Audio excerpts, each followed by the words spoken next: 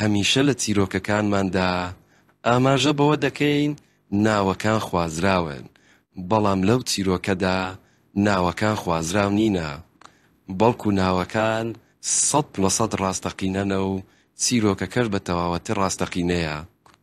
باسی چیرۆک و بەسەرهاتی کوشتنی بەناز دەکەین. ئەو چیرۆکەی کوردی شەرمەزار کرد لە هەموو دنیا، بە تایبەت لە بەریتانیا. ئەو وێنەیەی لە ڤیدیۆکە دەردەکەوێ وێنەی ڕاستەقینەی بەنازە.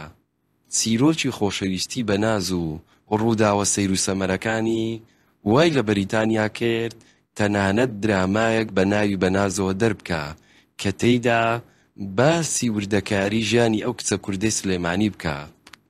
بابزانین بەناز مەحموود کێیە؟ ڕوودا و بەسەرهاتی ژیانی چۆنە؟ خێزانی کاک مەحموود خێزانێکی ئاسایی شاری سلێمانی بوون. کاک مەحموودیش وەکو هەموو کەسێکی ئەو کوردستانە ژیان و گەنجی لە ناو قوربەسەری و نەهامەتیدا بەسەر برد. ساڵی شەستەکان و شۆڕشی ئەیلول، ساڵی حەفتاکان و نسکۆی شۆڕش و دامەزراندنی یەکێتی نیشتیمانی، ساڵی هەشتاکان و شەڕی ئێران و عێراق، کۆتایی هەشتاکانیش خوشکێکی ئەنفال دەکەیەن. دواتر کۆتایی هەشتاکان چیمیا باراکردنی هەڵەبجە. هەموو ژیانی کاک مەحموود بریتی بۆ لە قوربەسەری. خێزانەکەشی بە هەمان شێوە. ئەوە نمونەیەکن لە خێزانی کورد. خێزانی کورد هەمووی بەو جۆرە ژیاوە تاوەکو لە ساڵی 1991 ڕاپەڕین بەرپا دەبێ و کاک مەحموودیش وەکو هەموو کەسانی تر زۆر دڵی بە ڕاپەڕین خۆش دەبێ. پێی وایە پەڕەیەکی نوێ لە ژیانی هەڵدەدرێتەوە و ژیانێکی خۆش دەست پێ دەکا. بەڵام کاک مەحموود و ژنەکەی و کچەکانی بێ ئاگان لەوەی لە پاش ڕاپەڕین قوربەسەریەکی تر یەخی ئەو میلەتە و خێزانی کاک مەحموود دەگرێ. ئەویش هەڵاتەڵاتەکەیە. پاشەوەی کە هەڵاتەڵاتیش کۆتایی هاتوو هەمووان گەڕانەوە ماڵی خۆیان، کاک مەحموود بە تەواوەتی لەو ژیانە شەکەت بوو. هەستی دەکرد ئەم کوردستانە جێی ژیان نەماوە. ڕووداوی ناخۆش لەسەر ڕووداوی ناخۆش ڕوودەدا. چارەنووسێکی نادیار چاوەڕێیانە. خێزانی کاک مەحموود لەو بێ ئومێدی و دەرەتانیەدا بوون. چەند ساڵ دواتر شەڕی ناخۆ دەستی پێکرد. شەڕێک خراپتر لە شەڕی پێشبەرگە و بەعز. شەڕێک تێیدا براکان یەکتریان دەهاڕی. گرانی و شەڕی ناوخۆ و قوربەسەری. کاک مەحموود و خێزانەکەی هاندا بیر لەوە بکەنەوە کوردستان بەجێ بێرن و بەرەو وڵاتی بەریتانیا بەڕێکەوەن. ئەو کاتە ساڵی 1995 بوو. بەناز تەمەنی تەنیا 10 ساڵ بوو. بێخاڵی خوشکە گەورەی تەمەنی 15 ساڵان بوو. کاک مەحموود لەگەڵ برایەکی بە ناوی ئاری بەڕێ دەکەوێن بەرەو وڵاتی بەریتانیا. لەو ساتەدا کە نە مۆبایل هەبوو نە تەکنەلۆجیا بۆ جۆرە پێشکەوتوو بوو، سەفەرکردن زۆر گران بوو.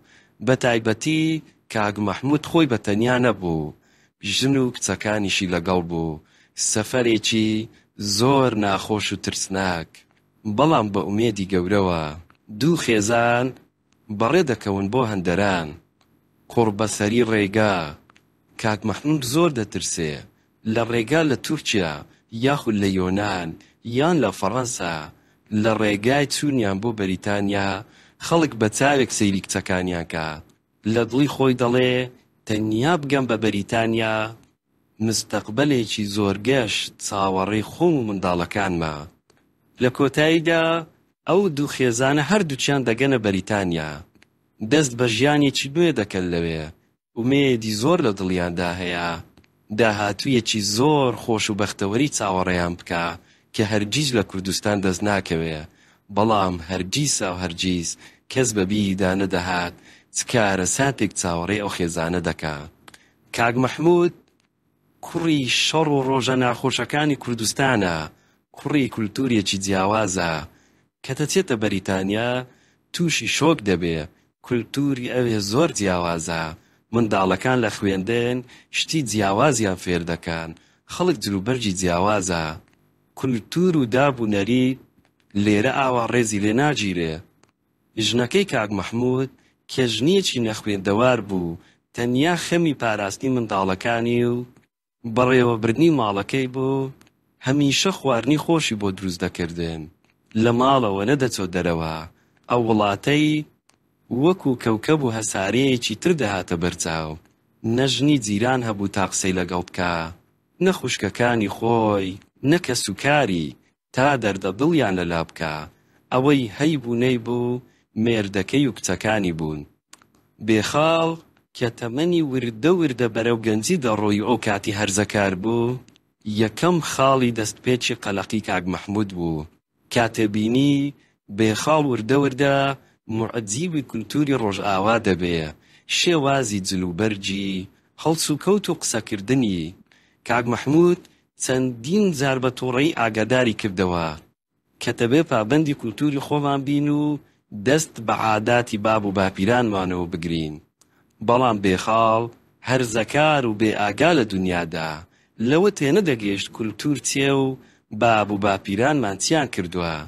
ئەوەی بێخاڵ دەیبینی لە لای هاوڕێکانی لە قوتابخانە و لە ژیانی وڵاتی بەریتانیا شتێکی زۆر جیاواز بوو. هەموو کەس ئازادە، چی لە بەردەکات چی لە بەرناکات، هەموو کەس لەوە ئازادە بە دڵی خۆی خەون ببینێ، بە دوا بەختەوەری خۆی بکەوێ لە ژیاندا. کاک مەحموود و ژنەکەی لە دنیایەک و بێخاڵ وردە وردە لە دنیاکەی ئەوان جیا دەبەوە. ئەو کات بەناز زۆر بچووک بوو.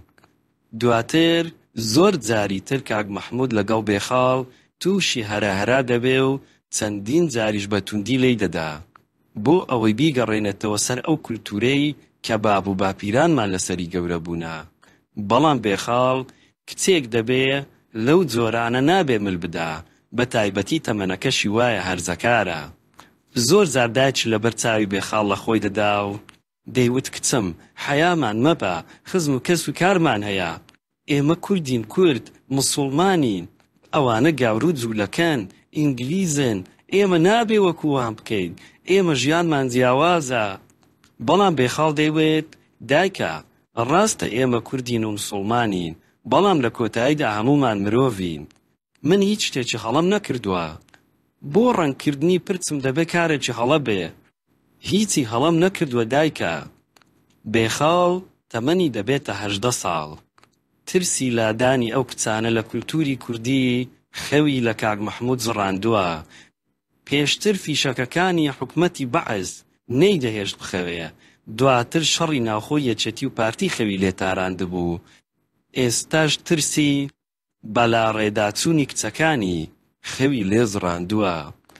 کاتێک بێخاڵ تەمەنی بۆ 18 ساڵ کاک مەحموود دانیشاند و پێی وێت بە شوت دەدەم، دەبێ شوو بکەیت. کەچی بێخاڵ وتی شوو ناکەم، من جارێ منداڵم، باوکە بۆ شوو بکەم، دواتر شوو بە چێ بکەم. باوکی کەسێکی بۆ پێشنیار کرد 13 ساڵ لە خۆی گەورەتر بوو. بێخاڵ بە هیچ زۆرێک ڕازی نەبوو شووی پێ بکە. کاک مەحموود زۆری لێدا، دایکی زۆر هەوڵیدا بێخاڵ قەنەعەت پێ بکە کە شوو بکە. کاک مەحموود زۆری حەز لێ بوو کچەکانی شوو بکەن بۆ ئەوەی لەو بەرپرسیاریەتێ بێتە دەرەوە، ئیتر مێردیان هەبێ و مێردەکانیان چاودێبن بەسەریانەوە. ئیتر لەو ماڵە خۆشی بە تەواوەتی باری کرد و ڕۆژ بە ڕۆژ ژیانیان ناخۆشتر دەبوو، هەموو ڕۆژ شەڕ بوو. بێخاڵ ملی نەدەدا بۆ کولتوری کوردەواری و قسەکانی دایک و باوکی. دایک و باوکیشی نەیان دەتوانی ئەوە قبوڵکەن کە ئەوان هاتوونە وڵاتێکی جیاواز، ژیان گۆڕاوە، ناتوانن وەکو سلێمانی ساڵی 1970کان بژین. لە هەموو ئەوانە خراپتر کاک مەحموود برایەکی هەبوو ناوی ئاری بوو. لەگەڵ ئەوەی برا بچووکی بوو، بەڵام هەمیشە کاک مەحموودی هان دەدا بە توندی کە ئاگای لە کچەکانی خۆی بێ، چونکە ئەوانە شەڕەفی خێزانەکەن. کاک مەحموود هەموو جارێک کە سەردانی ئاری برای دەکرد کە دەهاتەوە زۆر تووڕە بوو، چینێکی لە بێخاڵ دەدا. بەناز لەو دۆخەدا گەورە بوو، دۆخێک کە زۆر لەوە گەورەتر بوو بۆ منداڵی خۆی لێکێ بگا. ئەو کات بەناز تەمەنی بوو بۆ 13 ساڵ. بە هەمان شێوە لە دەرەوەدا دنیایەکی جیاوازی دەبینی، دنیایەکی ڕەنگاوڕەنگ، هەموو کەس ئازاد. کەچی لە ماڵەوە هەمیشە یاساکانی کولتوری کوردەواری دووبارە دەکرانەوە.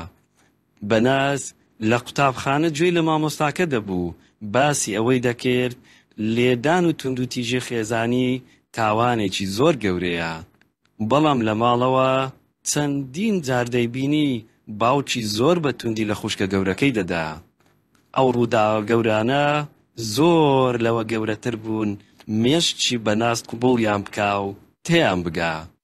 بەڵام بەناز دایک و باوکی زۆر خۆش دەویست، وەکو بێخاڵ نەبوو، کچێک بوو هەرچی دایک و باوکی وتپانایە جێبەجێی دەکرد، حەزی لێ نەبوو هەرگیز باوەشی دایکی بەجێ بهێڵێ.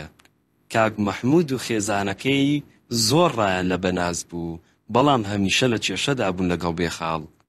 زۆر جار دایکی بێخاڵ و بەناز لەسەر ناخواردن، لە کاتی دانیشتن، لە کاتی خەوتن ئەوەندە غەریبی خزمەکانی دەکرد لە کوردستان، دەستی دەکردە گریان و 1000 جنی بە بەریتانیا دەدا. دەیوت ئەو وڵاتە چییە؟ ئەو بەڕەڵاخانە چی ئێمە تێیکەوتووینە؟ ئاخر ئەگەر کوردستان سلێمانی و لانکەی خۆمان ژیانێکی تێدا بێ شایستەی ژیان بێ، ئێمە چی دەکەین لێرە؟ دۆخی ئەو خێزانە ڕۆژ بە ڕۆژ بەرەو خراپی دەچوو. ڕۆژ بە ڕۆژ کاک مەحموود و ژنەکەی زیاتر داخراو دەبوون، ڕۆژ بە ڕۆژ زیاتریش بێخاو کراوەتر دەبوو، تەمەنیشی گەورەتر دەبوو. بە هیچ جۆرێک بێخاڵیان پێ کۆنتڕۆڵ نەدەکرا. چەندین جار مامیشی مامە ئاری لە بێخاڵی داوە، بەڵام بێسوود بوو. ئەوان دەیانویست شوو بکە، شوو بە کوردێک بکە کە ئەوان بۆی دەستنیشان دەکەن، بەڵام بێخاڵ ڕەتی دەکردەوە شوو بکە. ساڵی 2002 بوو، کاک مەحموود و ئاری برای کۆ دەبنەوە، بڕیار دەدەن کۆتایی بە ژیانی بێخاڵ بێنن، چونکە زوویان درانگ سەرشۆڵیان بۆ دەهێنێ. ئەو کارە بە یەک لە کوڕەکانی کاک ئاری دەسپێرن کە ئامۆزای بێخاڵ دەکا، پێی ڕادەگەیەنن کە دەبێ بێخاڵ لە ناو بەرێ بۆ ئەوەی شەڕەفمان پارێزراو بێ. ئەو ئامۆزای بێخاڵ ڕۆژێک بە فێڵێک بێخاڵ دەباتە دەرەوە، بێخاڵ زۆری پیاسەیەک دەبێ. ئەو ئامۆزایی هەرگیز پیاسەی لەگەڵ نەکردووە، ئێستا چۆنە حەزی لێیە بە دووقۆڵی بەیەکەوە پیاسە بکەن. دەیبا بۆ جێگایەک کە هیچ کامێرەیەکی لێ نەبێ و جێگاومەکانێکی چۆڵ بێ. لەوێ لە ناو چڕی دارەکان کاتێک بە تەنیش دێکەوە دەڕۆن، ئەو کوڕە خۆی دادەنەوێنێتەوە گوایە قەیتانی پێڵاوەکانی چاک دەکا. بێخاڵ چەند هەنگاوێک پێش دەکەوێ، لە ناکاو ئامۆزاکەی لە پشتەوە ملی دەگرێ و هەوڵ دەدا بیخنچێنێ. بەڵام هەرچۆن بێ چونکە بێخاڵ گەورە بوو، خۆی ڕادەپسکێنێ و خۆی دەرباز دەکا. بێخاڵ خۆی بۆمان دەجێڕێتەوە.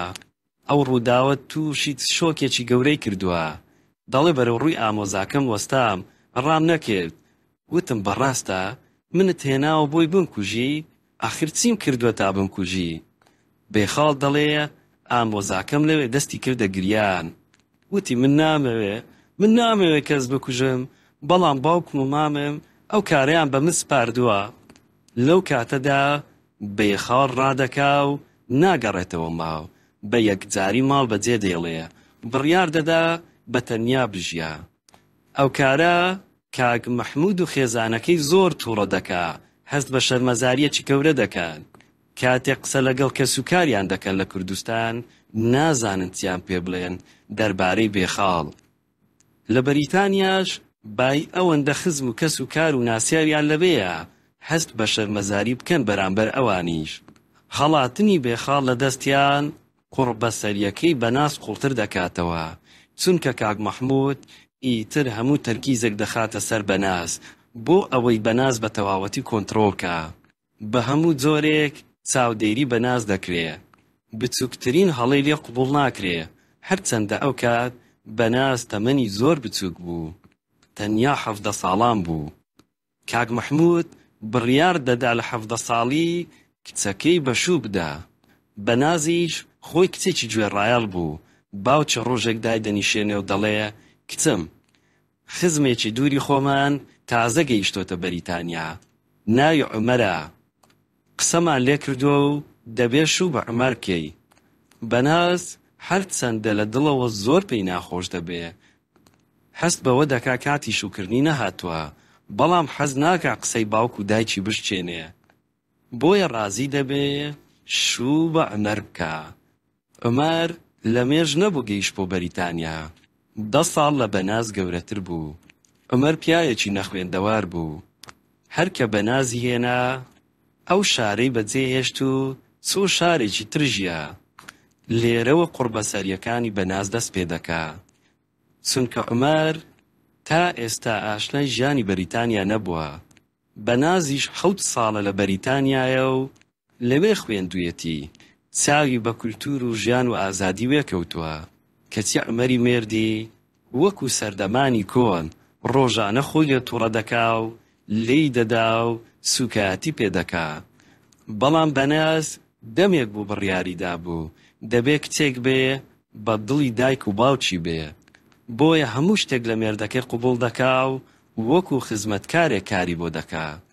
بەڵام ملکەتکردن و بە قسەکردنی مێردەکەی لە جیاتی کارەکە باش بکە ئەوەندەی تر مێردەکەی خراپ دەبێ لەگەڵی. ئیتر لێدانەکانی هەموو سنوورێک دەبەزێنن.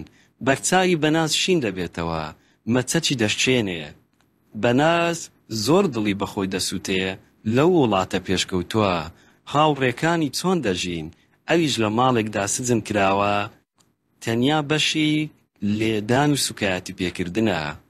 عومەری مێردی بەناز بە بەنازی دەوێت پێویست ناکا بخوێنی. خوێندنت بۆ چییە؟ ئافرەت دەبێ خزمەتی مێردی خۆی بکە. خوای گەورە ئێوەی بۆ ئەوە دروست کردووە. ئەوە کولتوری پیسی بەریتانیایە. دەیەوێ ئافرەت لە ماڵەکان بێنێتە دەرەوە و ئیشیان پێ بکە. تۆ دەبێ لە ماڵەوە بی، خزمەتی من بکەی، تێگەیشتی یان نا. پاش 2 ساڵ ڕۆژێک پاژەوەی عومەر زۆر لە بەناز دەدا، بەناز لە ماڵ دەستە دەرەوە و دەچێتە بنکەی پۆلیس شکات لە عومەری مێردی دەکا. تا ئێستاش ئەو ڤیدیۆیە ماوە کاتێک بەناز سەردانی بنکەی پۆلیس دەکا. لەوێ ڕای دەگەیەنێ کە مێردەکەی بە خراپترین شێوە ئەشکەنجەی دەدا، سوکایەتی پێدەکا و بە پۆلیسەکان دەڵێ مێردەکەم وەکو جووتێک پێڵاو سەیرم دەکا، هەر کاتە حەزی لێبێ لە پێم بکا و هەر کاتە حەزی لێبێ فڕێمدا. پۆلیس پێی دەڵێ لە بابەتەکە دەکۆڵینەوە، بزانێ قسەکانت ڕاستن یان نا، دەبێ سەردانمان بکەیەوە. بەڵام بەناز شارەکە بەجێ دێڵێ و دەگەڕێتەوە ماڵی باوچی. ماڵی باوچی کە دەبینن بەناز هاتۆتەوە زۆر هەست بە شەرمەزاری دەکەن، بە تایبەت کە بێخاڵی کچیان لە دەستیان ڕای کرد و خۆی شاردۆتەوە. ئێستا ئەو کچەش تۆرا و مێردەکەی بەجێ هێشتووە. کاک مەحموود زۆر تووڕە دەبێ، دەڵێ ڕۆژێکم مابێ لە ژیان ئێوە هەر حەیام دەبان. بۆ هاتوویەوە؟ بۆ مێردەکە جێهێشتووە. بەناز پێی دەڵێ کە عومەر زۆری لێدەدا، جەستەی خۆی نیشانی دایک و باوکی دەدا کە جێبرینەکانی لێدانی پێوە دیارە. بەڵام باوکی دەڵێ قەی چێکە ژن و مێر شەڕیشیان دەبێ. پیاو بۆ یێ لە ژنی خۆشیدا کە زانی هەڵەیەک دەکا. کارێکی زۆر هەڵەت کردو مێردەکەت بەجێ هێشتووە. بەناز دەست دەکا بە گریان و دەڵێ ناگەڕێمەوە لای ئەو مێردا. باوکی زلەیەکی لێدەدا و دەڵێ بە شەڕ دەتنێرمەوە لای. تۆ ژۆک و خوشکە بەڕەڵاکە دەتەوێ حەیامە بەری؟ هەرچەندە بەناز لەبەر ماڵەوە دەپاڕێتەوە کە نەیمێرنەوە لای ئەو پیاوە، چیتر ناتوانێت لەگەڵ ئەو پیاوە بژیا. بەڵام باوک و دایکی بە زۆر دەینێرنەوە لای عومەر. کاتێک عومەری مێردی دەزانێ کە ماڵی غەزووری پشتی ئەویان گرتووە، ئەوەندەی تر دەبێتە کەڵەگا لەسەر بەناز. لەو ساتانەدا بەناز یادگاریەکانی خۆی دەنووسێتەوە. هەموو ئەو ڕۆژانە دەنووسێ کە تێیدا مێردەکەی لی دەدا و سوکایەتی پێدەکا. بەڵام بەناز هەرگیز دیفاع لە خۆی ناکا، لەو جۆرە ژنانە نابێ کە لە مێردەکەی هەڵگەڕێتەوە. تا ئەو کاتەی ئێوارەیەک مێردەکەی دێتە ماڵەوە، لەگەڵ هاوڕێیەکی خۆی لە دەرەوە شەڕی کردووە. ڕقی خۆی هەمووی بە بەنازدا دەڕێژێ، پێی دەڵێ لەشفرۆش، سوکایەتی دنیای پێدەکا. بەناز تەلەفۆن بۆ دایکی دەکات دواتر، بە گریانەوە دەڵێ دایکە یان بمکوژێن یان من ناتوانم لەگەڵ ئەو پیاوە بژیم، من دەمەوێت لەو پیاوە جیا بمەوە، یان دەمەوێت بمرم یان لەو پیاوە جیا بمەوە.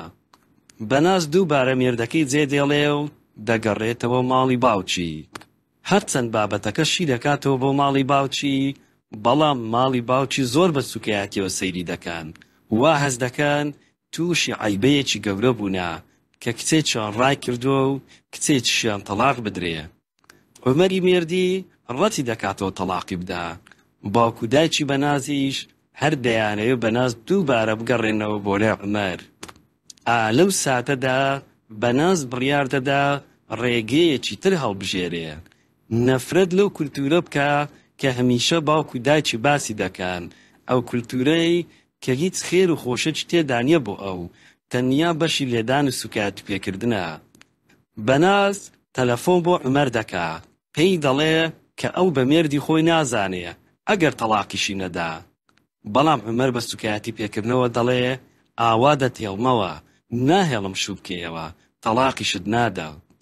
بەڵام بەناز ڕێگەیەکی جیاوازتری بۆ خۆی هەڵبژاردووە، دەست بە ژیانی ئاسایی خۆی دەکا.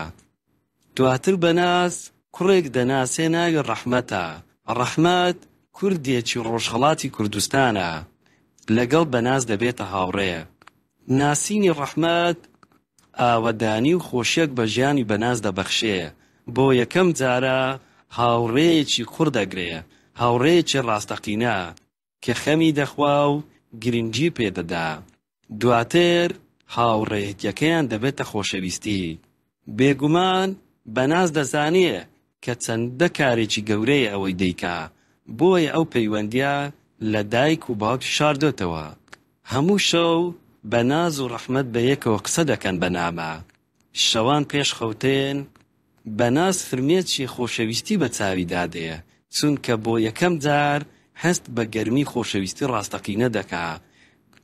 باوکی بەناز هەست دەکا کچەکەی گۆڕاوە، ئیتر کچەکەی جاران نەماوە. لەگەڵ ئاری برای بابەتەکە تاوتوێ دەکەن، بڕیار دەدان چاودێری زیاتری بەناز بکەن تا ئەویش وەکو خوشکەکەی حەیان نەبایەک جاری. چەندین جار بەناز هەست دەکا کە چاودێری دەکرێ. بەناز ئیتر کچە بێدەسەڵاتەکەی جاران نەماوە، بڕیار دەدا دووبارە بچێتە بنکەی پۆلیس لەو شارەی کە ماڵی باوکی لێیە. دەچێتە بنکەی پۆلیس و پێیان ڕادەگەیەنێ کە هەست دەکات چاودێری دەکرێ. بە پۆلیسەکان دەڵێ خەڵکێک چاودێریم دەکەن، وا بزانم مامم ناردوونی، هەموو ئەو بابەتانە لە بن سەری مام و باوکمدایە، ئاگادار بن ئەگەر هەرچیەکم بەسەر هات ئەوان وایان لێ کردوومە. پۆلیسەکانیش هیچ قسەیەکی گرنگی پێ ناڵێن، تەنیا پێی دەڵێن لە بابەتەکە دەکۆڵنەوە. بەناز ئەوەندە کەوتۆتە خۆشەویستیەکی قوڵەوە لەگەڵ ڕەحمەت، وا هەز دەکا هەموو بەختەوەری دنیای بەسەردا ڕژاوە. پاژنێڕوویەکی درانگ بەناز مۆعیدی هەیە لە کافەیەک لەگەڵ ڕەحمەت، بەیەکەوە دادەنیشن و قاوە دەخۆنەوە. ئەو ڕۆژە بەناز خۆی زۆر جوان کردبوو. کاتێک لە کافەیەکە دێنە دەرەوە، دنیا لێڵ بۆ و خەریکە دەبێتە ئێوارە. بەناز کە قاپوتێکی سێچارەجی لەبەر کردووە، لەگەڵ پوتێکی بریقەداری ڕاش کڵاوێکی سووری جوانیشی لەسەردایە، لەبەر دەمی کافێکەش ورد باران دەبارێ. عاشق و خۆشەویستی بەناز و ڕەحمەت هەڵدەگرێ و لە کاتێکدا دەستی یەکتریان گرتووە ماتی ناو دەمی یەکتر دەکەن. لەو چرکە ساتەدا خراپترین شت ڕوودەدا بەسەر ژیانی بەنازدا. کەسێک لە خزمان و ناسیاوانی کاک مەحموود ئەو دیمەنە دەبینێ. دواتر ئەو ڕووداوە دەگەیەنێتەوە دەمی کاک ئاری برای کاک مەحموود. ئاریش ڕووداوەکە دەگەیەنێتە کاک مەحموود. کاک مەحموود بەجارێک شێت دەبێ، چونکە هێشتا بەناز بە شێوەیەکی شەرعی تەلاق نەدراوە لەلایەن مێردەکەیەوە. کاتەکە شەو دەبێ، بە تەلەفۆن ئاری برای ڕووداوەکەی بۆ باز دەکا. بەیانیەکەی زوو بەناز لە ماڵ دەردەچێ، چونکە هەندێ معامەلاتی دەوائیری هەیە لە بەریتانیا.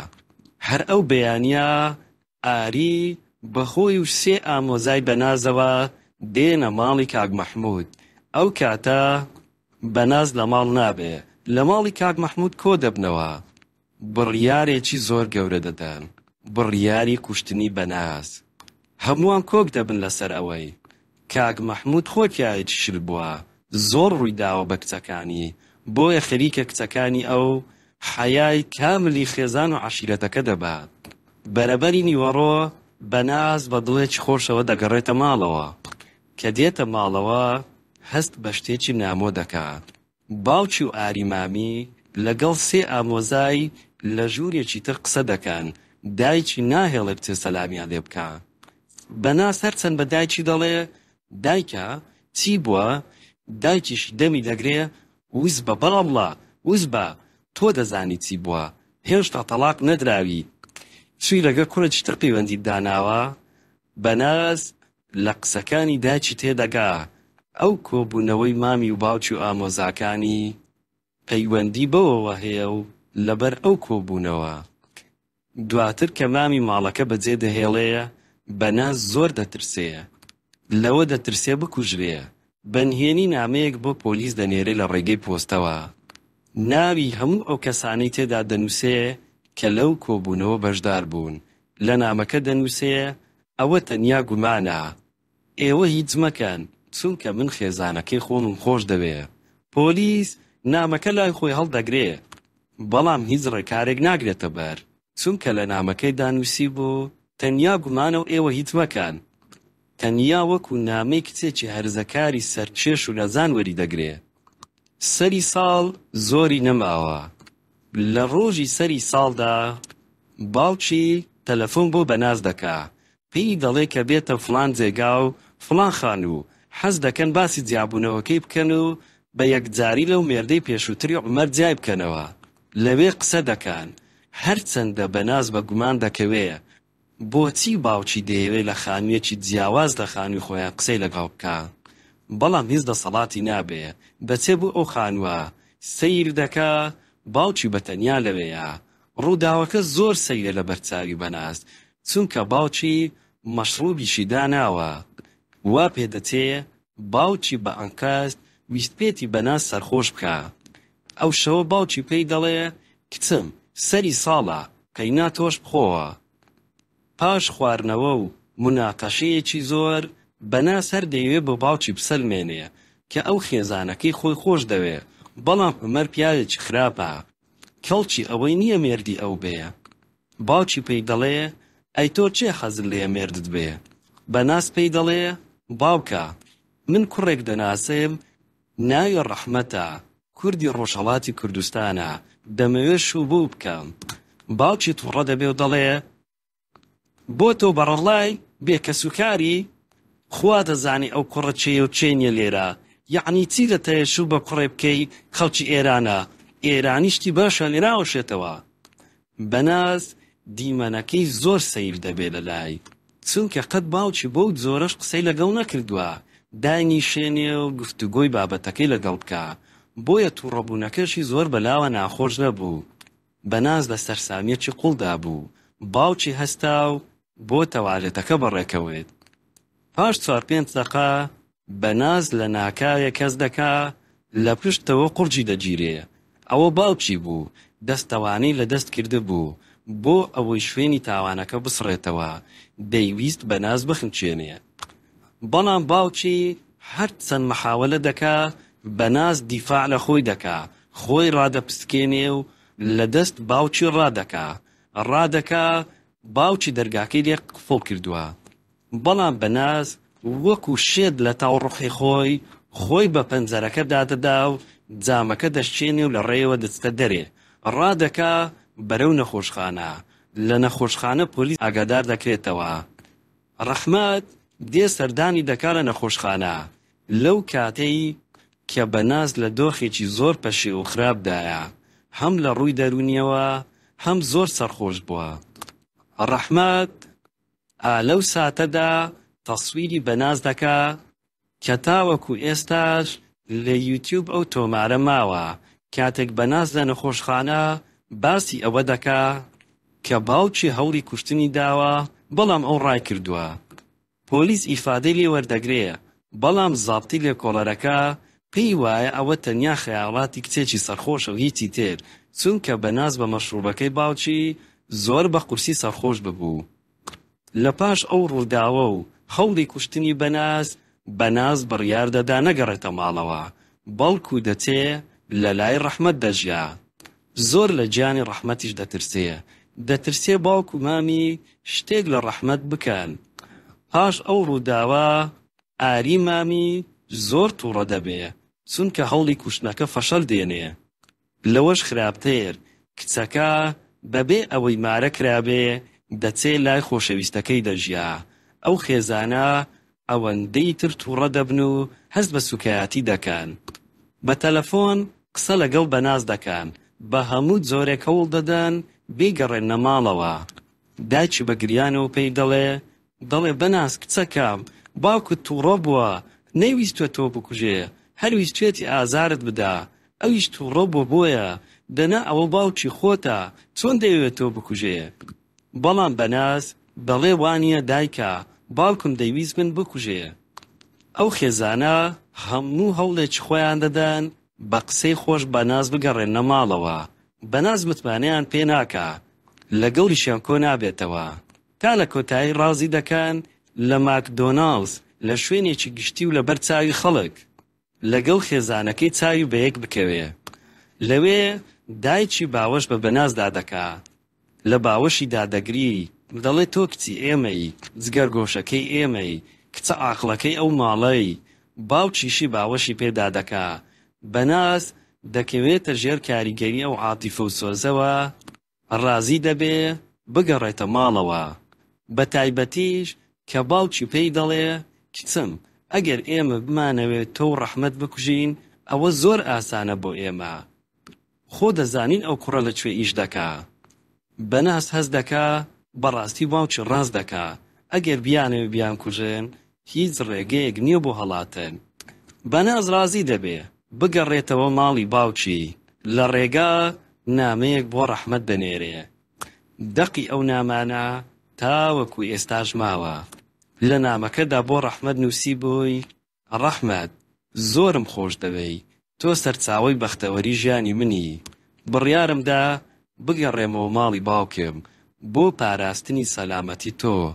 خۆشم دەوێی، ناتوانم خەیاڵەوە بکەمەوە کە بەبێ تۆ بژیم. سەر لە بەیانی ڕۆژی دواتر بەناز ون دەبێ. پاش ئەوەی چەندین ڕۆژ ڕەحمەت هەوڵ دەدا پەیوەندی بە بەنازەوە بکە، بەڵام هیچ دەنجی نییە. هەفتە تێدەپەڕێ بەناز هیچ دەنجی نییە، نە نامە بۆ ڕەحمەت دەنێرێ، نە تەلەفۆن، نە لە هیچ جێگەیەکەوە دیارە. ڕەحمەت تێدەگا کە ئەو کچە چەندی خۆشویستووە، هەرگیز ممکن نییە بۆ جۆرە بەجێی بێڵێ. بۆیە پۆلیس ئاگادار دەکاتەوە کە ڕەنگە ڕووداوێک بەسەر ئەو کچەدا هات بێ. خاتوونێک بە ناوی کارۆلاین سەرۆکی تیمێکی لێکۆڵەرەوەیە لە بابەتی کوشتن. ئەو کەیسە دەگرێتە ئەستۆ، گەڕان و پشکنین دەست پێدەکا بە دوای ئەو کچەدا. ماڵی بەناز بێ ئاگای خۆیان دەردەخەن، دەڵێن ئێمە نازای لەکوێیە، ڕەنگە ڕۆشت بێ، ڕۆشت بێتەوە بۆ کوردستان یان ڕۆشت بێ بۆ شار وڵاتێکی تر. پۆلیس گومانی ئەوە دەکا کە بەناز کوژرا بێ.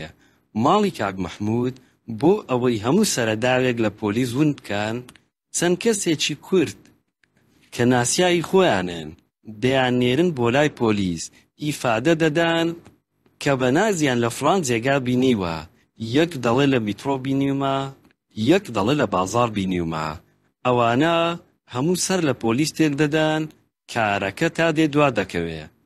پۆلیس سەردانی خوشکە گەورەکەی بەناز دەکا بێخاڵ کە بە دزی ماڵەوە لە جێگایەک دەژیا.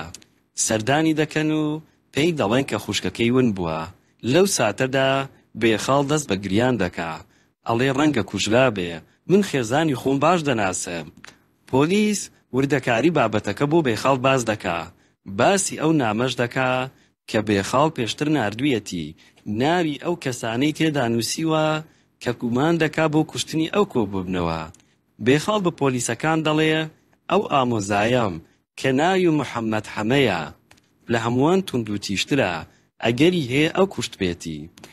یەکەم کەس ئامۆزای بەناز محەممەد حەمە دەستگیر دەکرێت بەڵام ئەو بێ ئاگایی خۆی نیشان دەدا لە ڕووداوەکە دەڵێنە ئاگام لێیە نەپەیوەندی بەم نیشەوە هەیە بەڵام وەک بڵێ خوای گەورە نەیویستووە سەرەداوی ئەو تاوانە ون بێ سیارەکەی محەممەد حەمە سیستەمی GPS لە ناوە پۆلیس سیستەمەکە دەخاتە سەر کۆمپیوتەر هەموو ئەو شوێنانەی ئەو ماوەیە محەممەد حەمە سەردانی کردووە لە ئاسمانەوە بە کۆپتەر تەسویر دەکرێت تەسویری هەموو ئەو جێگایانە دەکرێت کە ئەو بۆی ڕۆشتووە چەندین کەس و لێکۆڵەری شارەزا چەند جار سەیری ئەو تۆمارە ڤیدیۆیە دەکەن لە ئاسمانەوە بزانن ئەو کوڕە بۆچی ڕۆیوە یەک لەو ماڵانەی کە ماڵی ئامۆزایەکی تریەتی سەرنج دەدان باخچەیەک لە پشت خانووەکەوە هەیە بەڵام ئەوەی سەیرە ئەوەیە سەلاجەیەک لە بن دیواری باخچەکە دانراوە بەڵام بە شێوەی ئاسۆیی دانراوە نەوەک ستوونی ئەو بابەتە دەبێتە گومان لای پۆلیسەکان لیژنەیەکی پسپۆر دەنێرن بۆ ئەوەی لێکۆڵینەوە لەو شوێنە بکە کە بەسەر شوێنەکە دادەدان سەلاجەکە لە جێی خۆی لادەدەن لە ناو حەدیقەکە دەبینێن دیارە ئەو شوێنە هەڵکۆڵدراوە دوو مەتر شوێنەکە هەڵدەکۆڵنەوە تا دەگەن بە جانتایەک کە جانتاکە دەردێن و دەیکەنەوە تووشی شۆک دەبێن تەرمی بەناس لە ناو جانتاکەدا دەدۆزنەوە ئەو ڕووداوە وەکو ئاگێر بە هەموو بەریتانیا بڵاو بووە چونکە ڕووداوێکی زۆر ترسناک و تۆقێنەرە بە تایبەت کاتێ پشتی بەناس شکێندرا بوو وەکو شێوەی کۆرپەلا خرا بۆ ناو جانتاکەوە